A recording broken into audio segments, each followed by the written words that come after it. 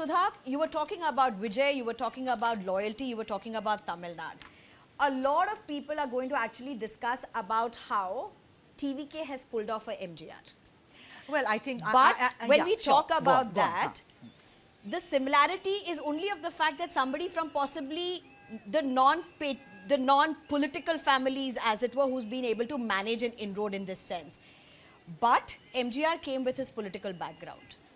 MGR came with his political baggage, political exposure, political expertise. Vijay comes purely on charisma. Yeah, Vijay comes purely on charisma, and you're right, it's rather early to kind of compare him with M.G. Ramachandran. The only thing is, both are cinestars. The thing is that, yes, a man who rose, MGR was also like that. He rose from the theatre. Remember, he did not have any political, kind of pedigree, as it were, except that he tutored under stalwarts. Vijay did not have that chance also. And I think it's about the young people, it's about the mothers, the ammas and the appas, like they said.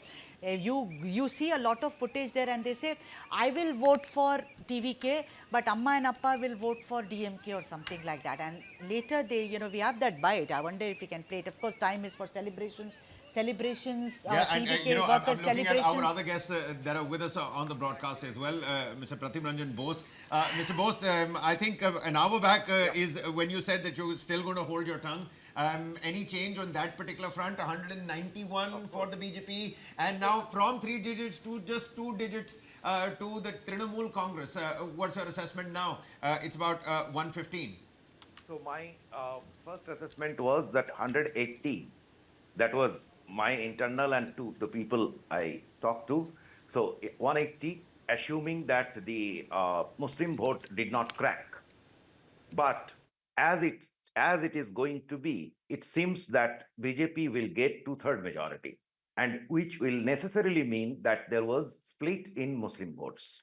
That is what I'm getting looking at the map.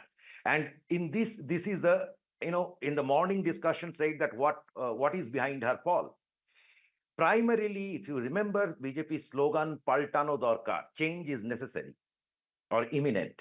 So the whole thing was on change. People voted against her, as West Bengal does time and again. In 1977, they pushed Congress out. In 2011, they pushed left out. This time, they pushed TMC out. And remember, Bengal has a typical, a very peculiar history.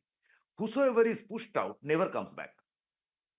This is either by design or because from the left onwards, the parties started establishing some kind of very unholy nexus. They started creating their systems so that they remain in power, and which has become very difficult. So that is why we were so elated this year when we saw this free and fair polling, to give you an understanding that how vicious the system can be. This was in left rule, it was allegiance to the party was most important, right from a rickshaw puller to selection of a VC. A rickshaw puller will be thrown out if he does not give the chanda to C2.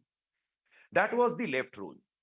So holding you at ransom, and at the top, all selections will be based on that. But left had a distinction that, it is suppose four people are on race. Now, suppose the third or fourth person are, is from left, so they will pick up the left one. But what happened in Trinamool's time is something extraordinary.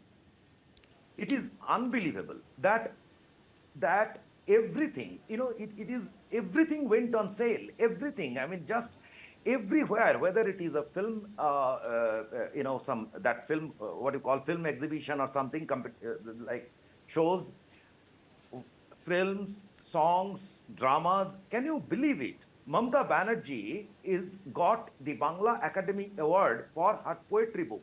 And her poetry is, I'm sorry to say, that it is just, unfortunate. I mean, if anyone of you can read Bengali, will know what it is about.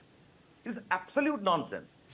So in a state like Bengal, she created a system where everything, every damn thing is to be ruled.